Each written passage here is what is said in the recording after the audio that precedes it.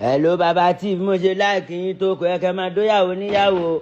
àwọn ń fúyàwó làǹdẹ̀ńdọ́gì ṣé bẹ́ẹ̀ ṣe ń ṣe ní movie industry yẹn nìyẹn.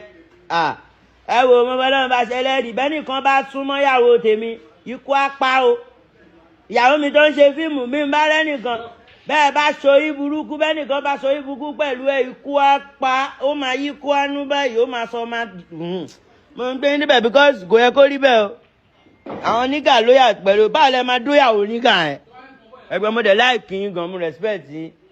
nọ́mà àdóyàwó èèyàn tó dóyàwó yàn kò jẹ̀bi kọ́kìlọ̀ fúyàwó ẹ̀bọ̀ kí ló dé náà wá dóyàwó yàwó sẹ́mọ̀ gbẹ́gbin ìfàsẹ́yìn burúkú ni o ẹ̀yin tẹ́ gbólógo ni èèyàn tó bá dóyàwó yàwó tó mọkọ tó ń fẹ́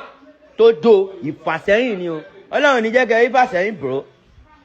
nínú bóbìnrin ṣe pọ̀ nínú ayé tó ẹ̀wá ń jẹ́ kí ṣe pọ̀ nínú ayé tó ẹ̀wá ń jẹ́ kí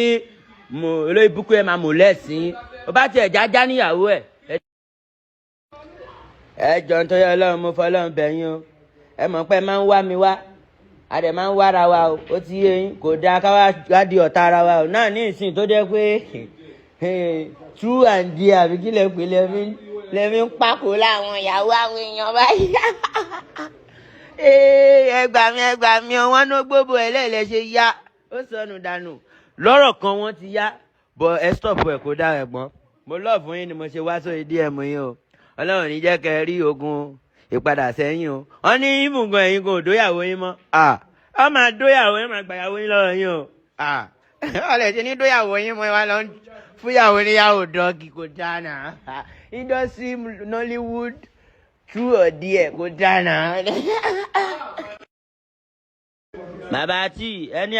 Bàbá tí ẹni àríbí adóniláyà ò jẹ̀bi ìyàwó wọn ni kọ́ kìlọ̀ fún ó ti yé yín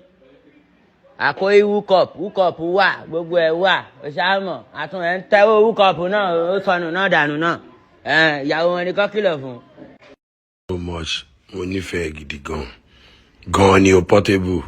people don't know you are real èmi náà real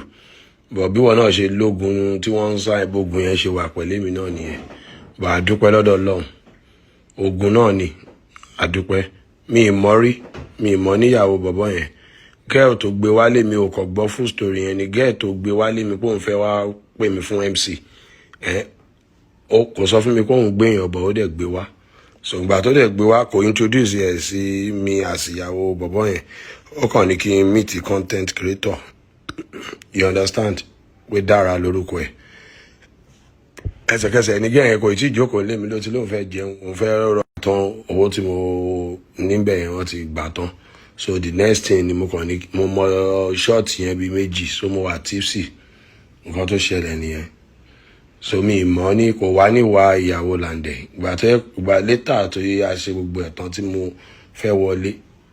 ní gẹ́yẹn ṣe mo kà mọ́ lẹ́nu tó ní ó dà pé bàbá tètè mọ̀ mo kàn ní bàbá tètè mọ̀ kí ni ó wá bá mi ó ní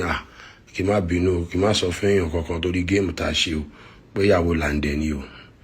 ibẹ̀ yẹn ni mo mọ̀ pé mo ti wọ̀ nǹkan tó ṣẹlẹ̀ nìyẹn Portable wáyé tí mo ṣe máa yàwó artist máa lọ́wọ́ lọ́ba tó sì gbèsè lé lọ Ọlọ́run má jẹ́ rí ilé ayé mi wọ́n set me up ni gbà bẹ́ẹ̀ ẹgbà ọmọlẹ́ṣà bíi agbègbè àkàlà set up ni o wọ́n burú gan ní industry wa o ó ti pẹ́ tán ti máa ń ṣe fún mi ó ti pẹ́ gan tán ti fẹ́ pa mí but ẹ̀mí mi ò sí lọ́wọ́ wọn àwọn kan lọ kọ story mi ibi tó wà yẹn mo ti bẹ̀rẹ̀ láti pákòtò ayé dé ibẹ̀ yẹn mo ti bẹ̀rẹ̀.